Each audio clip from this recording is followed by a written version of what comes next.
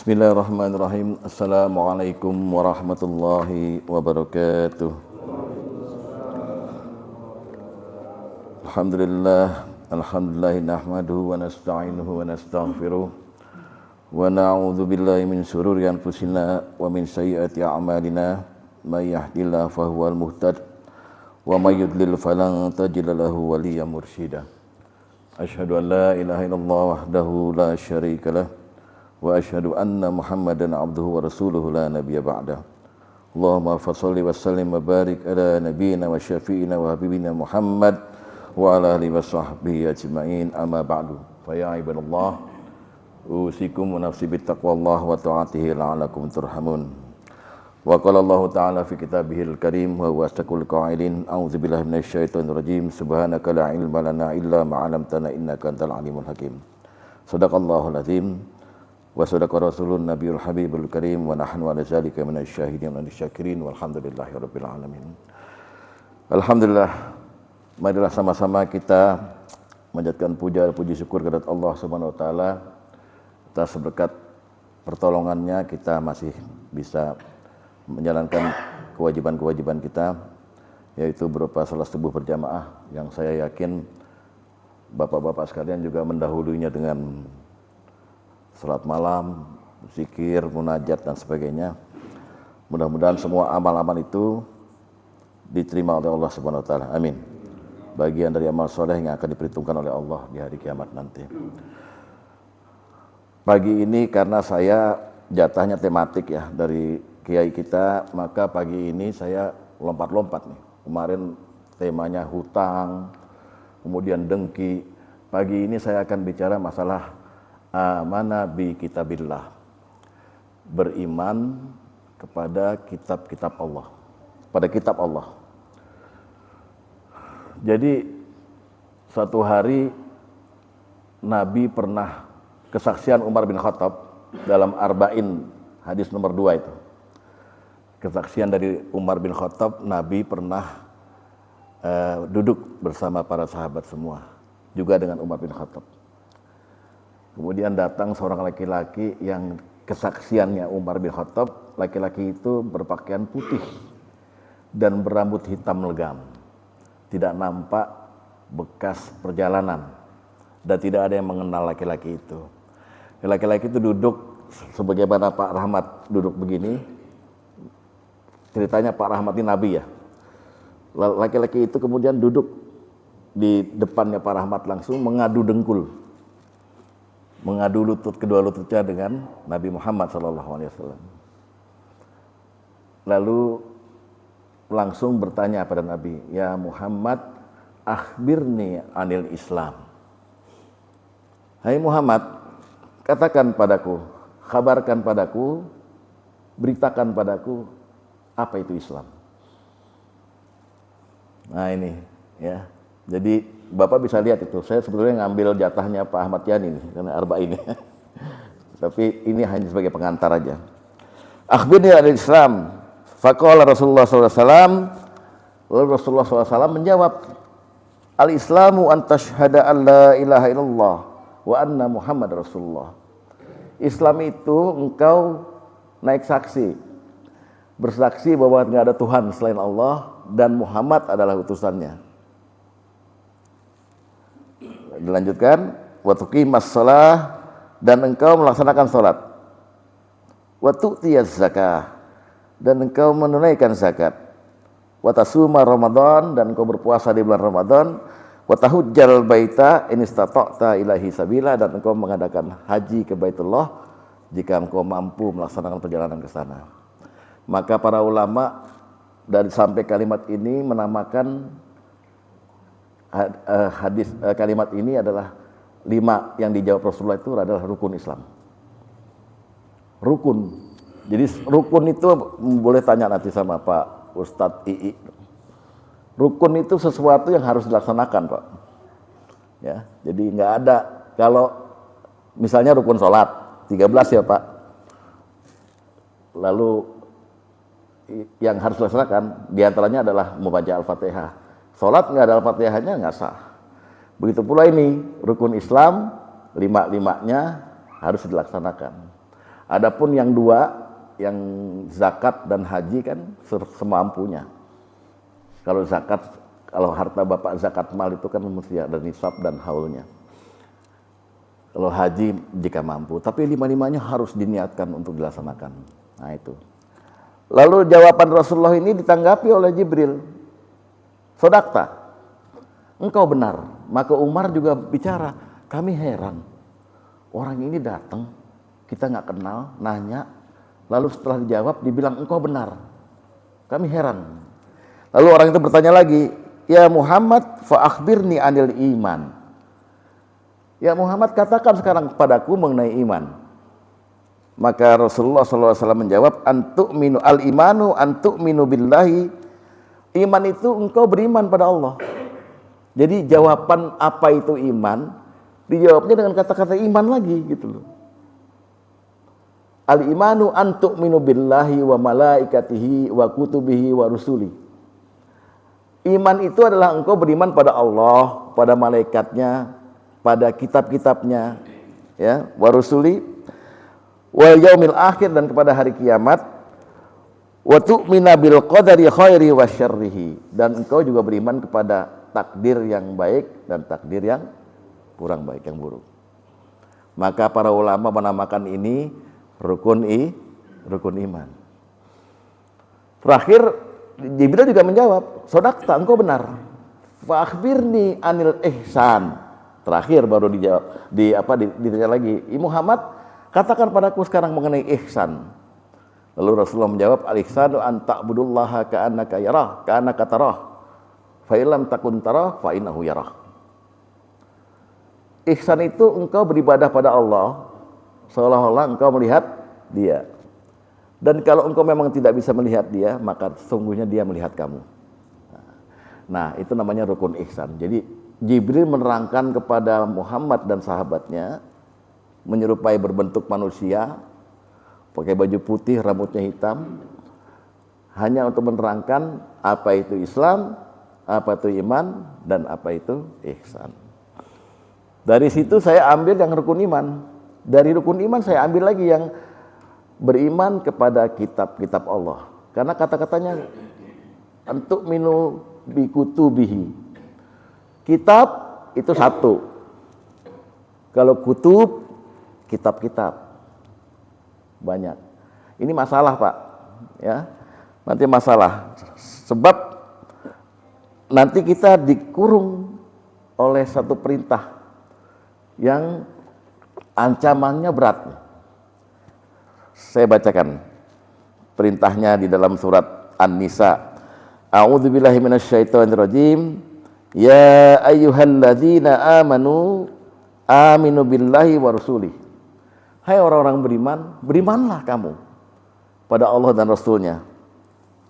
Lalu Allah sambung, dan berimanlah pula kepada wal kitabil ladzi nazzala ala rasuli, dan berimanlah kamu kepada kitab yang diturunkan kepada Rasulnya, kepada Muhammad. Artinya kita suruh beriman kepada siapa nih? Pada Al-Quran. Tapi disambung wal kitabil ladzi anzala min qabl, dan berimanlah pula kepada kitab-kitab yang Allah turunkan sebelum Muhammad. Bagaimana prakteknya? Kita disuruh beriman kepada Al-Quran, sudah, datang aja ke pengajian sini, selesai, udah dijelaskan oleh kiai kita, oleh Ustadz II, oleh siapapun di sini. Tapi beriman kepada kitab sebelum Al-Quran, ini masalah nih kalau kita nggak meneliti, nggak memahami. Al-Quran itu jelas kok, Pak. Nabi Muhammad SAW itu pernah menyuruh kita untuk senang kepada 4 hal. Raditu billahi rabba, wa bil islami dina, wa bi Muhammadin sallallahu alaihi wasallam an-nabiyya, wa bil qur'ani imama. Katakan, aku senang pada Allah, aku senang punya Islam sebagai agamaku, aku senang punya Muhammad sebagai nabiku, dan aku senang pula Quran sebagai imam, sebagai pemimpinku. Maka beliau berkata di kemudian hari, "Dzuru ma kitaballaha haitsu madar." Ikutilah kemana Al-Quran itu bergerak. Dia bilang haram, kita ikut haram. Dia bilang halal, kita ikut halal. Dia bilang merah, kita ikut merah, semua gitu. Selesai Pak, beriman pada kitab Allah begitu. Dan ada lagi tambahan bahwa beriman kepada kitab Allah, kepada Al-Quran itu, kita yakin dan kita tidak ragu lagi terhadap Quran itu. Dzalikal kitabu la raiba fihi. Nah itu. Quran ini enggak ada keraguannya. Makanya Allah berkata dalam An-Nisa, "Al-haqqu mir rabbikum wa la takunanna minal mumtarin." Quran itu dari Tuhanmu dan jangan sekali-kali kau jadi orang yang ragu gitu. Selesai. Tapi beriman kepada kitab sebelum Quran ini gimana? Gitu loh. Ya kan? Sedangkan di dalam perintah tadi yang saya bacakan tadi bahwa orang beriman itu berimanlah pada Allah, pada Rasulnya, pada kitabnya. Wa man yakfur billahi wal malaikati wa kutubihi wa rusulihi wal yawmal akhir faqad dalla dalalan ba'ida. Barang siapa yang kafir kepada Allah, kepada malaikatnya, pada kitab-kitabnya, pada Rasulnya, maka dia sungguh telah sesat, dolalam ba'ida, dengan sesat yang sejauh-jauhnya. Wah, repot. Pertanyaannya, sudahkah kita pernah melaksanakan atau mengamalkan beriman kepada kitab-kitab sebelum Al-Quran? Yang sudah angkat tangan, Pak. Ini udah sebetulnya, tapi beliau tawadu aja. Yang kita tahu kitab-kitab sebelum Al-Quran itu apa, Pak? Zabur kepada Nabi Daud, Taurat kepada Nabi Musa, Injil kepada Nabi, terus enggak, yang sebelum yang saya tanya, Pak. Habis sudah kan? Segitu ilmu kita. Alhamdulillah, yang penting ada ilmu gitu. Tapi ternyata kalau kita mau melaksanakan beriman kepada kitab-kitabnya itu, pertama kita yakin dulu bahwa memang ada itu kitab. Ada, dan bukan hanya itu. Sebab di kesempatan lain Nabi berkata ketika ditanya oleh Abu Dzar Al-Ghifari, "Hai Nabi, berapa jumlah Nabi dan Rasul sebenarnya?" Nabi menjawab, mereka sangat banyak. Nabi saja ada 124.000. Nabi 124.000. Dari zaman Adam sampai zaman Muhammad SAW. Di antara mereka, minhum 315 Rasul. Di antara 315 itu, 25 yang ada di Al-Quran itu. Yang wajib kita tahu namanya. Di antara 25 itu, 5 digelari apa? Ulil azmi. Nabi yang teguh pendirian, yang banyak ujiannya. Di antara 5 itu, 2 yang mesti kita sebut namanya terus, baik dalam sholat. Allahumma sholli ala Muhammad wa ala ali Muhammad kama shallaita ala Ibrahim. Nah, kita yakini bahwa Allah menurunkan juga kitab pada mereka-mereka semua itu, Pak. Cuman karena nabinya juga nggak diceritain semua, kitabnya pun nggak diceritain semua, nggak disebut, begitu loh. Ya kan? Nah, pertama itu. Jadi kita yakin dulu bahwa keberadaan kitab-kitab ini ada. Jelas ada. Yang kedua, keyakinan kita mau tahu dong isinya. Sebab isinya itu pasti benar. Ya kan, Pak? Orang kita disuruh beriman kok pada kitab-kitab sebelum Muhammad, isinya pasti benar kan? Pasti benarnya. Itulah maka kemudian Allah memfirmankan sebuah ayat, wallazi auhayna ilaika min kitabi huwal haq. Dan apa yang kami wahyukan kepadamu Muhammad adalah benar. Al-Quran. Tapi fungsinya apa itu? Musaddiqal lima baina yadayhi. Quran itu membenarkan kitab-kitab sebelum Quran. Ini Allah yang bilang. Jadi penasaran nggak, Pak? Apa isi kitab-kitab itu kira-kira itu? Karena kalau kita lacak secara empirik, tentunya kita tidak akan menjumpai kitab itu di Gunung Agung, di mana Taurat. karangan Musa, gitu nggak mungkin. Nggak ada itu dah. Ada anggapan di abad 19 bahwa perjanjian lama itu yang sekarang di Bible itu adalah Taurat. Mazmur yang di Bible itu, Kidung Agung, Mazmur itu adalah Zabur. Nggak ada masalah, itu kan cuma pendapat. Gitu. Tapi kita yakini bahwa kitab-kitab itu telah punah. Nah ternyata Al-Quran pun dan hadis-hadis Nabi yang sahih menerangkan apa isi kitab-kitab itu, sebagiannya gitu. Nggak semua, sebagiannya gitu. Nah, dengan kita mengetahui isi kitab itu dari sumber Al-Quran dan hadis, kita sudah menjalankan kewajiban beriman kepada kitab-kitab sebelum Al-Quran. Kira-kira mau diterangkan sekarang nggak Pak? Ya lanjut ya. Pak, kalau udah lebih dari 7 menit tolong ya. Sebab kan namanya kultum katanya. Kuliah 70 menit. Al-Quran itu kita ditaruh Al-Quran. Kita suruh beriman pada Al-Quran. Maka ketika Al-Quran itu kita terima, Allah kasih jaza pada kita. Al-mahiru bil Quran ma'asafaratil kilamir bararah. Orang yang mahir Quran akan bersama para nabi yang mulia nanti di surga itu. Enteng kan Pak? Jadi kita beriman pada Quran cukup mencintai Quran. 6M, membaca, mempelajari, meneliti, meyakini, mengamalkan, mengajarkan. Khairukum man ta'allama al-Quran wa 'allamah. Sebaik-baik kamu, yang the best di antara kamu adalah orang yang mengajarkan Quran, yang belajar Quran dan mengajarkan. Clear. Maka kita perlu kemudian memikirkan lagi, apakah perlu saya setiap subuh datang ke Anas untuk belajar Quran, untuk belajar sari-sari Quran kepada para ustadz-ustadz yang mulia ini? Perlu Pak. Karena itu adalah gambaran keimanan kita kepada kitabillah. Ya kan Pak? Gitu kira-kira. Jadi cuman Allah kemudian membuka rahasia kita.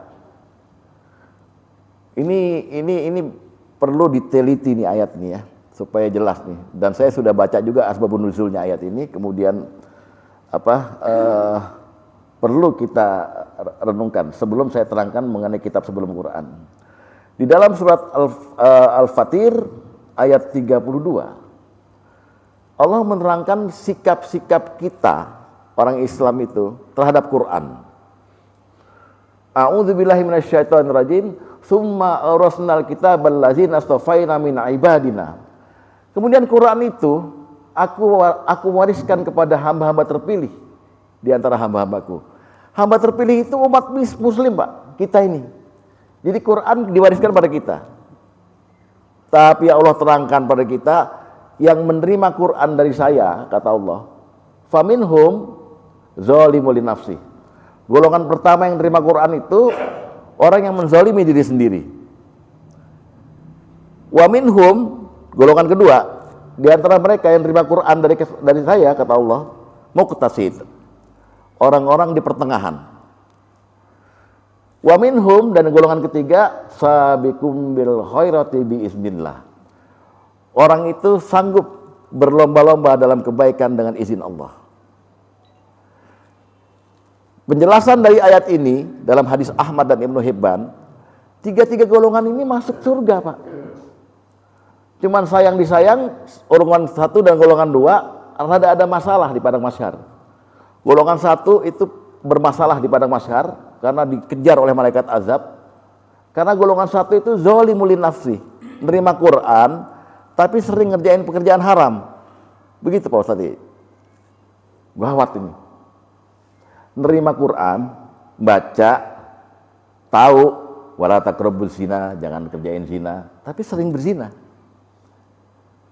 Quran udah nempel di hatinya, tapi dia langgar. Itu golongan 1. Golongan 2, muqtasid. ngerjain yang wajib, tapi masih ngerjain yang makruh, ninggalin yang sunnah. Nah, golongan pertama tadi gawat di padang mahsyar, golongan kedua, tapi yang golongan pertama akan dapat syafaat dari Rasulullah SAW. Golongan kedua gawat dihisab.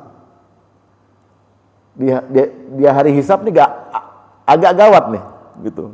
Karena banyak ditanya. Nah, golongan yang ketiga yang menerima Quran itu sabiqum bil khairati bi iznillah. Berlomba-lomba cepat-cepat keburu-buru berbuat baik setelah mendengar ayat dengan izin Allah. Bapak mau golongan yang keberapa, Pak?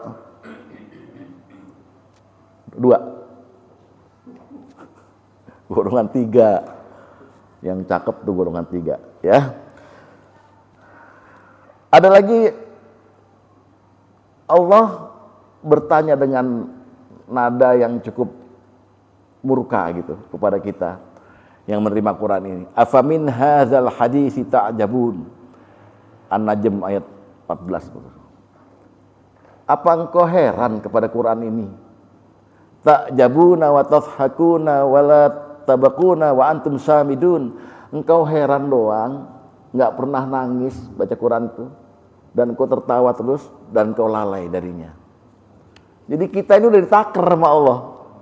Maka kita ingin minta pertolongan Allah agar bisa menerima Quran dan beriman pada Quran ini, mengamalkan Quran ini 100% yang golongan ketiga tadi. Mudah-mudahan. Amin. Nah, sekarang gimana iman kepada kitab-kitab sebelum Quran? Maka pertama saya kasih dulu nih clue-nya. Pertama, yakini bahwa kitab-kitab yang disebut dalam Al-Quran itu sebelum Quran, disebut dalam Quran ya, Zabur, Taurat, Injil, itu pernah ada. Dan juga pernah ada kitab-kitab yang dinamakan oleh Allah dengan kata-kata suhuf. Lembaran-lembaran dulu. Suhuf itu bahasa Arab, artinya kitab atau lembaran gitu. Ya, saya bacakan surat Al-Baqarah 136. Sudah dibahas belum sama Pak Kiai ini? A'udzubillahi minasyaitonirrajim. Qulu, katakanlah, amanna billahi, aku beriman kepada Allah, wa ma unzila ilaina, dan beriman terhadap apa-apa yang diturunkan kepada kami, maksudnya Al-Qur'an. Wa ma unzila ila Ibrahim, dan kami juga beriman kepada apa-apa yang diturunkan kepada Ibrahim. Wa Ismail, dan Ismail. Berarti Ibrahim punya suhuf, Pak, punya kitab. Ismail pun punya suhuf, punya kitab. Ya kan? Wa Ishaq wa Yaqub, dan kepada Ishak dan kepada Yakub. Wa Asbat, dan kepada turunannya. Kita tahu bahwa Yakub di kemudian hari kemudian mempunyai anak namanya Yusuf. Yusuf pun nabi, berarti diberi kitab. Ya, secara aman kita bisa bilang ya, mudah-mudahan nggak jadi murtad nih ya Pak I, bahwa itu suhuf Yusuf, suhuf Ibrahim, suhuf Ismail gitu. Yakini dulu, karena kita suruh beriman sih, ya kan? Terus wa ma utiyan wa ma utiya Musa wa Isa. Dan kami juga beriman kepada apa yang diberikan oleh Allah, diturunkan oleh Allah kepada Musa dan Isa, yaitu Taurat dan Injil tadi. Wa ma utiyan nabiyyuna mir rabbihim, dan terhadap apa yang Allah berikan, Allah turunkan kepada nabi-nabi dari Tuhan mereka. Jelas kan? Jadi ada kitab itu, mesti diyakini. Ya, dan kitab itu kemudian karena Allah berkata dalam ayat ini, la nufarriqu baina ahadin minhum. Allah tidak membeda-bedakan nabi-nabi itu, maka kita yakini pula bahwa kitab-kitabnya itu isinya benar dan sama secara akidah. Secara akidah udah pasti sama, tapi syariat mungkin beda. Kalau zaman Nabi Daud orang bisa poligami lebih dari 4, ya. Nabi Daud kan istrinya 1000 ya.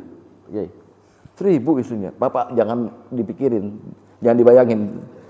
1000 berapa tahun, Pak? Anaknya banyak, pun nggak hafal nama anaknya. Di kita cukup 4. Kalau syariat zaman Nabi Daud itu najis, harus dicongkel kulitnya. Di kita cukup dicuci dengan seperti itu kira-kira. Itu yang beda. Tapi yang sama adalah akidah. Akidah sama. Oleh karena itu kemudian yakini bahwa semua nabi-nabi itu membawa ajaran yang sama. Semua nabi itu agamanya Islam. Iya dong. Jangan Bapak bilang Injil tuh kitab Kristen tuh. Bukan. Injil itu kitab yang turun pada Nabi Isa, dan Nabi Isa itu mengaku wa anna minal muslimin. Saya itu orang yang berserah diri, orang Islam gitu loh. Dalam sebuah ayat Allah sebut wa ma arsalna min qablika mir rasulin illa nuhi ilaihi annahu la ilaha illa ana fa'budun. Tidak aku utus rasul-rasul itu terkecuali sebelum aku utus, aku wahyukan, aku download, aku upload ke dalam hatinya itu, agar mereka mengajarkan bahwa tidak ada Tuhan selain aku, kata Allah, maka sembahlah aku. Jadi utamanya ajaran para nabi-nabi yang ada di kitab-kitabnya itu adalah memberitahu kepada masyarakat yang jahil, pada umat-umat yang belum mengenal Tuhan, tidak ada Tuhan selain Allah, maka sembahlah Allah. Itu yang samanya, Pak. Yang samanya itu. Isinya itu. Bahkan Nabi berkata, al-anbiya'u ikhwatun min alad. Para nabi itu bersaudara dari bapak. Wa ummahatuhum syatta. Tapi mereka lahir dari ibu yang berbeda. Wa dinuhum wahidun. Tapi agama-agama mereka satu. Yaitu Islam. Nah sekarang saya mau kasih tahu ada beberapa konten atau isi dari kitab-kitab terdahulu yang diterangkan oleh Quran, dan diterangkan oleh Nabi SAW. Ya, saya ambil contoh, banyak Pak. Di antaranya di surat Maryam, surat An-Nisa, surat apa, bahwa Injil pun menceritakan akan datang seorang nabi terakhir, mimba di ismu Ahmad ya, yang namanya Ahmad. Nggak ada kan sekarang di perjanjian baru, nggak ada. Nah ini ada satu konten yang sama, yang di Al-Quran ada, di Taurat ada, di Injil ada. Ini kalau kita mau beriman kepada kitab sebelum Al-Quran ya. Al-Quran sendiri menerangkan supaya kita beriman. Ternyata yang pertama, hal pertama yang paling penting adalah ajaran Allah untuk berperang di jalan Allah, membunuh atau terbunuh, adalah merupakan penghargaan yang Allah berikan kepada seseorang mukmin yang paling tinggi, pada mujahid fisabilillah. Allah menamakan ini dengan perdagangan. Innallaha istara minal mu'minina amwalahum wa anfusahum bi anna lahumul jannah. Sesungguhnya Allah telah membeli dari orang mukmin itu jiwa mereka dan harta-harta mereka dengan memberi mereka surga. Pembelinya Allah, penjualnya kita, orang mukmin. Barang dagangannya harta dan jiwa kita, harganya surga. Allah menerangkan dalam At-Taubah seperti itu. Ya, cuman syaratnya kita mau dagang sama Allah. Yuqatiluna fi sabilillah. Mereka berperang di jalan Allah, nggak ragu-ragu. Perang Pak, bukan perang tawuran ya, antar Manggarai sama Pamulang, bukan. Perang di jalan Allah, ya kan? Jangan salah, antar wah ini Allahu Akbar, ya Pak polisi. Ya yuqatilu fi sabil apa itu? Yuqatiluna fi sabilillah wa yaqtuluna wa yuqtalun. Ini bukan teroris. Mereka membunuh atau terbunuh. Jadi Allah puji nih orang seperti ini. Allah katakan kalau orang bisa begitu karena Allah ya, karena Allah nih, bukan karena macam-macam, karena Allah. maka Allah seolah-olah membeli jiwa dan harta mereka dengan membayar harta dan jiwa mereka dengan surga, gitu loh. Nah, lalu Allah terangkan, wa'dan alaihi haqqan, yang seperti ini adalah janji yang benar yang tercantum fi Taurati wal Injili wal Quran, yang ada di Taurat, di Injil dan Quran. Paham maksudnya? Jadi kita ternyata dikasih tahu sama Allah bahwa Injil sama Taurat pun memuat mengenai hukum daripada jihad fisabilillah dengan perang. Nah, gitu loh. Ya. Jadi kita imani tuh. Oh, jadi orang terdahulu juga sama sebetulnya. Mereka kalau berjuang, berani bertempur di medan perang. Ini bukan ajakan teroris, bukan Pak ya. Ini berperang di jalan Allah. Satu saat barangkali sama dengan perbudakan lah.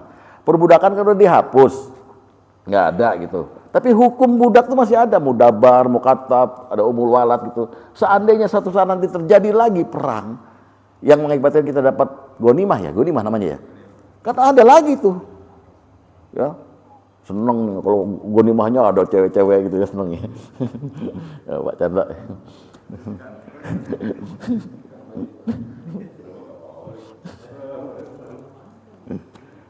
Jadi hukum itu tetap berlangsung sampai hari kiamat. Ya. Nah, ini jadi yang pertama itu. Yang kedua, ada sebuah hadis dari Ahmad dan Ibnu Hibban yang menceritakan dialog antara Abu Dzar Al-Ghifari, sahabat Nabi, dengan Rasulullah SAW. Abu Dzar iseng nanya nih pertanyaannya nih. Qultu, aku bertanya, ya Rasulullah, wahai Rasulullah, kanat suhufu Ibrahim alaihi salam,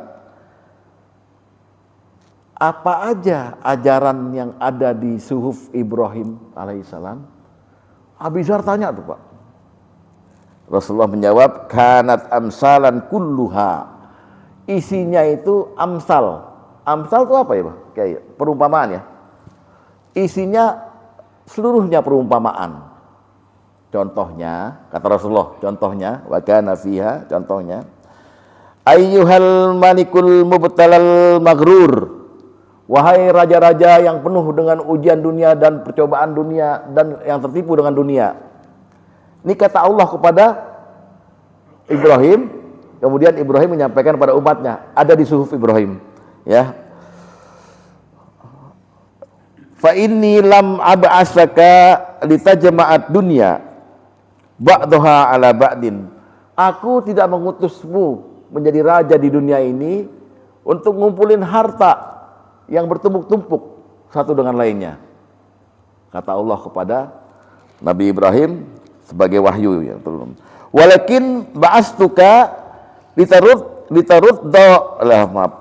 litarudda anni da'watal mazlum. Tapi aku mengutusmu sebagai raja untuk memenuhi permohonan orang-orang yang teraniaya. Fa inni la arudduha walau kanat min kafir. Sebab aku, Tuhanmu, aku ini Allah, tidak pernah menolak permohonan orang-orang yang teraniaya. Jadi ini amsal, perumpamaan. Kalau kamu punya kekuasaan, harta, kekuasaan, jabatan gitu, jangan sekali-kali menganiaya orang. Sebab Rasulullah berkata, fattaqi da'watal mazlum. Takutlah kamu kepada doa orang teraniaya. Fa innaha laisa bainahu wa bainallahi hijab. Karena doa orang yang teraniaya enggak ada hijab antara dia dengan Allah. Walaupun dia kafir. Contoh, Bapak punya mobil baru, nyerempet orang non muslim. Karena Bapak jengkel sama orang ini, Cina dasar lo gitu. Serempet, seret aja motornya gitu. Dia berdoa pada Allah, dikabul Pak. Ya Allah, ceburin dia ke danau. Cebur Pak, hati-hati.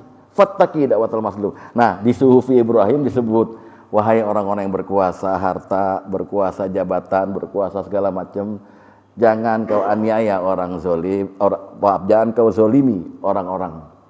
Sebab kalaupun dia kafir, kau zolimi, maka doa dia akan terkabul. Ya, satu. Kemudian isinya lagi suhufi Ibrahim, saya persingkat Pak ya. wa 'alal aqil ma lam yakum maghluban 'ala aqlih. Dan untuk orang-orang yang berakal yang tidak dikuasai oleh akal mereka, ayyakuna lahu arba'a sa'ah, maka hendaklah membagi hidupmu dalam 4 waktu. Kalau hidup kita sehari itu 24 jam, maka dibagi 6 jam 6 jam nih. Buat apa aja? 1, sa'atan yunaji fiha rabbahu azza wa jalla, waktu untuk bermunajat kepada Allah yang maha tinggi. Munajat atau munajat, Pak? Apa bermunajat, Pak Tatang? Berdoa. Yang lainnya? Dari kata-kata naja itu berbisik, Pak. Najwa Shihab, najwa itu berbisik. Munajat itu artinya bisik. Yang dengar cuma Bapak sama Allah. Ya Allah. Jadi ada doa di situ, ada zikir di situ, ada kesedihan apapun curhat itu namanya munajat. Bukan memohon itu sa'al, meminta. Ya kan? Meminta gitu. Ya, jadi munajat. Kata Allah pada Nabi Ibrahim, hendaknya orang-orang berakal itu punya waktu dibagi 4, punya hidupnya dibagi 4 waktu. Waktu pertama untuk apa? Munajat. Sa'atan yunaji fiha rabbahu azza wa jalla. Wa sa'atun yuhasibu fiha nafsah. Waktu yang kedua yang boleh digunakan oleh orang-orang yang berakal adalah untuk menghisap dirinya. Ngitung-ngitung dirinya, udah bener apa gue nih? Gue udah bener belum hidup nih, gitu loh. Kalau salah, perbaiki. Kalau udah bener, ditingkatkan, gitu. Itu 6 jam tuh, begitu. Ya. Kemudian, wasa'atun yatafakkaru fima sunallahu azza wa jalla, waktu 6 jam ketiga yang digunakan untuk tafakkur, merenungi ciptaan-ciptaan Allah. Itu ada di Ali Imran tuh. Rabbana ma khalaqta hadza batilan subhanaka faqina adzabannar. Ya Allah, enggak sia-sia kau ciptakan ini. Dengan begitu enggak pernah mencela, Bapak. Kan kita kan sering mencela sesuatu. Karena Allah tidak ciptakan sesuatu pun kejadian dengan sia-sia. Saya ambil contoh yang gampang nih. Aduh, yalah mendung begini, hujan belum. Panas banget nih. Kok ngomel, Pak? Makanya Allah dalam hadis qudsi berkata, Bani Adam, anak Adam mencela waktu sama dengan mencela aku gitu loh. Jangan ngomel. Tapi lihatlah ciptaan Allah ini sebagai sesuatu yang luar biasa. Makanya ulil absar, ulil albab, ahli ilmu selalu melihat itu dan berkata, nggak sia-sia kau ciptakan ini. Pasti ada hikmahnya. Ya, nah waktu yang keempat adalah wasa'atun yakhlu fiha lihajatun minal mata'ami wal masrab. Waktu untuk menunaikan hajatmu soal makan dan minum. Itu Nabi Ibrahim itu, ajaran di Suhuf Ibrahim itu seperti itu. Ya. Udah saya persingkat aja. Kemudian Abu Dzar bertanya lagi, ya Rasulullah, tadi tuh kan Suhuf Ibrahim. Ya Rasulullah, fama kanat suhufa Musa alaihi salam. Lalu apa isi dari Suhuf Musa? Kata Rasulullah, kanat ibarah kulluha. Isinya Suhuf Musa, ya. Saya nggak mendalami apakah Suhuf Musa ini sama dengan Taurat atau sendiri-sendiri gitu loh. Ya. Suhuf Musa itu isinya ibarah. Ibarah itu apa, Pak? Apa ibarah, Pak? Pelajaran. Pelajaran ya. Isinya tiap-tiap ayat itu pelajaran. Ibroh. Ibroh kan jembatan artinya, Pak, kalau bahasa Arab. Ya. Pelajaran itu. Maka Rasulullah mencontohkan beberapa ayat dari Suhufi Musa. Pertama, perkataan Allah kepada Nabi Musa, ajibtu, aku heran, kata Allah, liman aikona bil maut summa huwa yafrah. Aku heran kepada orang yang yakin akan kedatangan maut tapi masih bersukaria. Pak, Nabi Muhammad SAW mengumumkan pada kita, malaikat maut itu setiap hari mampir ke hadapan kita itu 70 kali. Kalau dibagi 24 jam, setiap berapa menit? Geleng-geleng Pak lihat kita. Ya nih bocah masih ketawa-ketawa aja gitu. Padahal kalau Allah langsung kasih instruksi, cabut. Terbukti kan banyak itu. Sahabat kita, habis nonton bola, capek, mati. Orang kan maunya habis tahajud mati, betul? Makanya hati-hati. Allah heran. Aku heran. Orang yang yakin sama mati, tapi masih yafrah, masih bergembira. Wajib tuh liman aikoni binar. Dan aku heran dengan orang yang yakin dengan neraka, summa huwa yadhak, tapi masih ketawa lebar. Wah. Yang ketiga, wajib tuh liman aikoni bil qadar, summa huwa yansab. Dan aku heran dengan orang yang yakin dengan takdir, tapi dia masih rajin ngumpulin harta. Kita kan heran Pak di dunia ini. Orang yang berangkat kantor jam 10 pakai dasi, di kantor cuma neken, gajinya 600 juta. Orang yang nyangkul dari sebelum subuh, kelarnya habis isya nanti itu, sehari 100.000. Itu namanya takdir. Ya bersyukur rizqal lima yasa wa yaqdirulah. Allah menyempitkan dan melapangkan rezekinya sesuai kehendaknya gitu. Nah kita tahu takdir begitu, kok masih aja rajin ngumpulin harta? Karena belum tentu yang Bapak kumpulin itu kemudian Bapak nikmatin. Berapa banyak orang yang punya harta banyak, 10 menit habis. Tuh tsunami Aceh, lihat. Satu orang naik haji berangkat. Dia punya keluarga kan dikumpulin waktu sebelum berangkat tuh. Habis subuh di tanggal 29 Desember itu. Nah, dia berangkatlah naik haji itu jam 6 pagi itu dari airport sana. Keluarganya itu di Banda Aceh. Rumahnya besar. Pamannya semua kakeknya gitu. Sampailah dia di sana. Dia telepon tanah air mau bilang udah sampai nih gitu. Wah, ada yang ngangkat. Akhirnya ditelepon dia sama saudaranya di Jakarta. Habis semua, istrimu hilang. Rumahmu habis semua. Anak-anakmu hilang semua, meninggal. Coba. Jadi janganlah kalau jamaah malau wa'addadah, jangan menghitung-hitung harta, jangan mengumpulkan harta. Apalagi orang-orang yang usia-usianya 60 ke atas, 70 ke atas, sudahlah Pak. Selesai sudah. Makanya Allah heran. Aku heran pada orang yang tahu takdir, tapi masih mengumpulkan harta. Wajib tu liman ro'a dunya, wajib tu liman aikoni bil hisab, summa lam ya'mal. Dan aku heran lihat orang yang yakin dengan adanya hari hisab, hari perhitungan, hari pengadilan nanti. Summa lam ya'mal, tapi nggak mau ngumpulin amal perbuatan buat ditimbangan nanti. Udahlah, saya udah baik begini, udah cukuplah. Ngapain lagi udah. Penting udah selesai gitu. Jangan GR Pak. Kita masih banyak harus menempa diri, mengupgrade diri supaya menjadi yang terbaik di hadapan Allah Subhanahu wa taala. Maka kemudian di penutup ini saya ingin menyampaikan, Abi Dzar kemudian bertanya lagi. Aku bertanya lagi, ya Rasulullah, wahai Rasulullah, fahal fi aidina syai'um mimma kana fi suhufi Ibrahim wa Musa alaihi salam fima anzalallahu alaik? Apakah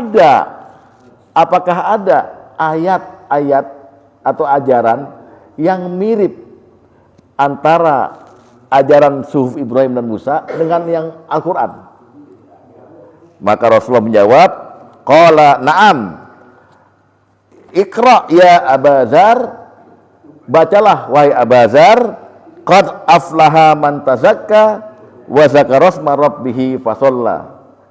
Surat Al-A'la ayat 14. Qad aflaha man tazakka, sungguh beruntung orang yang mensucikan hatinya. Wa zakara asma rabbih fasalla, dan kemudian dia menyebut nama Tuhannya kemudian salat. Bal tu'sirunal hayatad dunya, tapi orang-orang kafir itu lebih senang dengan dunia. wal akhiratu khairu wa abqa, sedangkan akhirat itu lebih baik dan lebih kekal.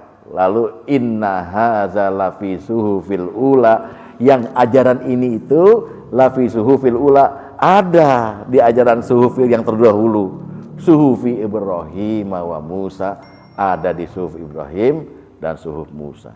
Demikian, mudah-mudahan nggak bingung ya Pak ya. Mau saya kecepatan kali ya. Soalnya Pak ini udah lihat jam terus lihat tadi. Semoga bermanfaat. Wassalamualaikum warahmatullahi wabarakatuh.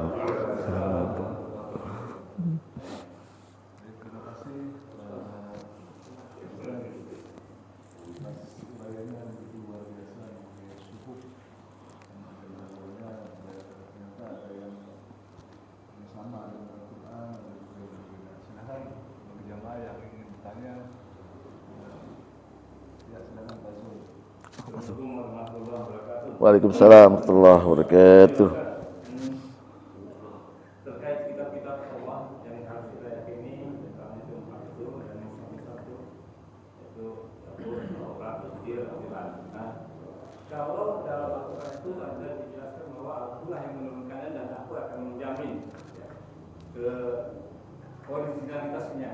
Nah, kenapa di 3 kitab yang lain ini, Zabur, Taurat, Injil, tidak ada pernyataan Allah itu bahwa dia akan menjamin ke originalitasnya. Iya. Supaya apa yang dia sampaikan kepada Rasul itu sampai kepada umat itu ya apa jelas gitu, tidak ada penyimpangan gitu ya. Nah, itu. Yang kedua, masalah doa orang kafir terhadap orang yang zalim itu akan dikabulkan, jadi hati-hati nyetir mobil udah zalim kalau orang senggol aja gitu kan, itu orang syukur ke danau gitu kan. Nah, lalu bagaimana dengan doa orang mukmin sendiri, orang beriman terhadap misalnya tadi yang penguasa yang zalim gitu, kenapa nggak terkabul?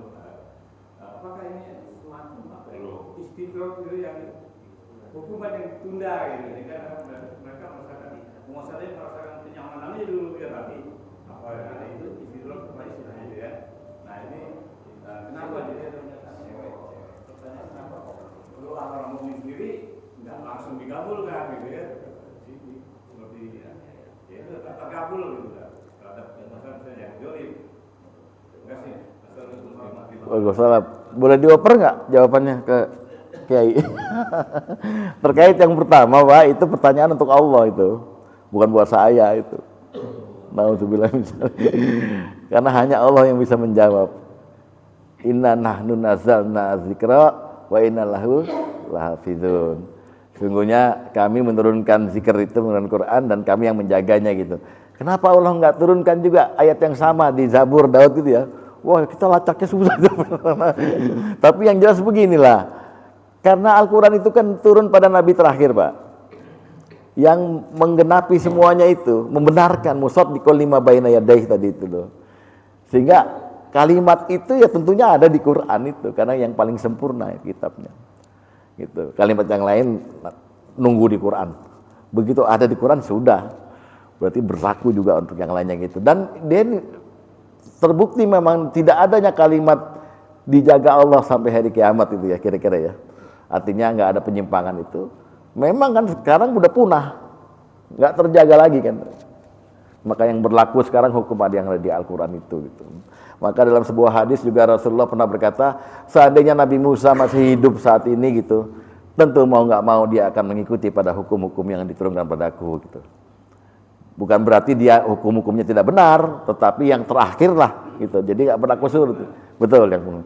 Lalu yang kedua, nah doa nih Pak, ini kan udah dibahas nih oleh para guru-guru di sini gitu, bahwa doa itu ya hak Allah untuk mengabulkan.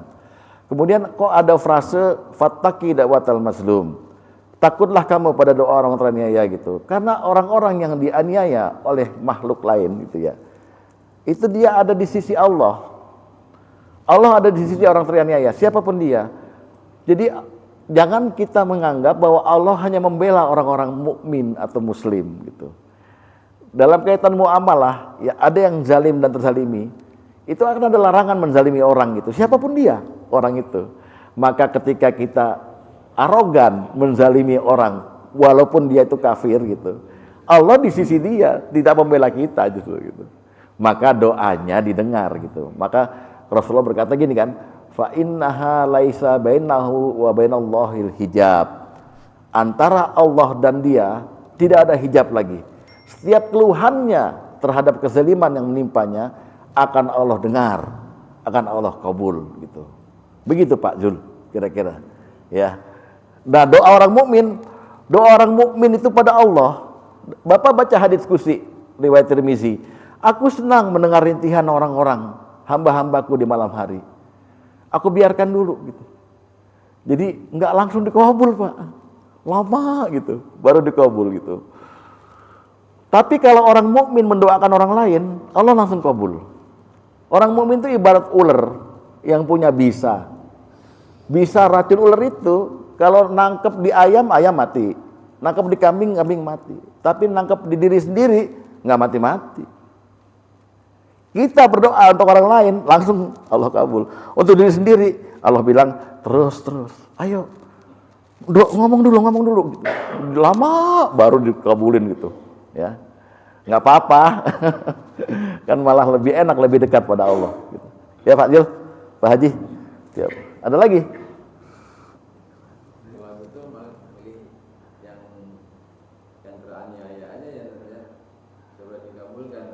Iya, Bapak bawa pengumuman gitu, bawa palu, bawa pengumuman.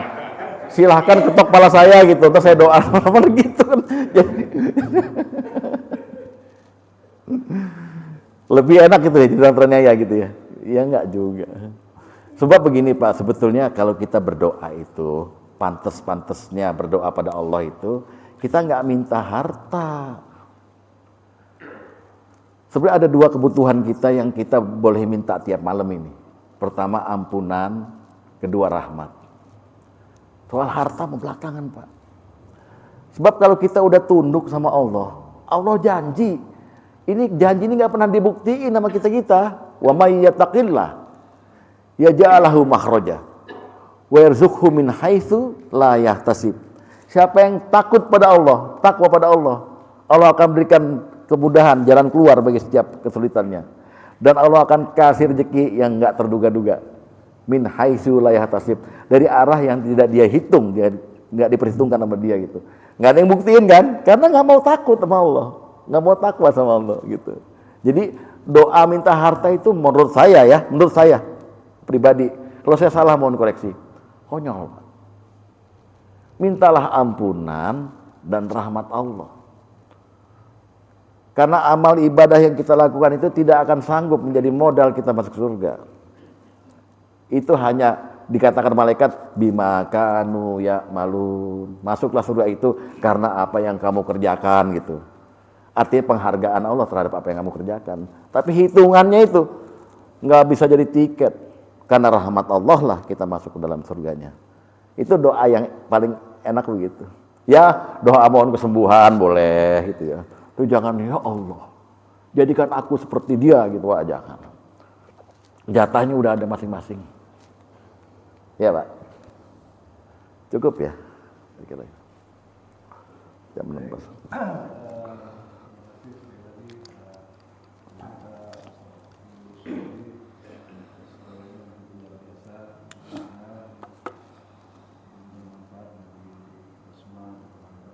Amin. Amin.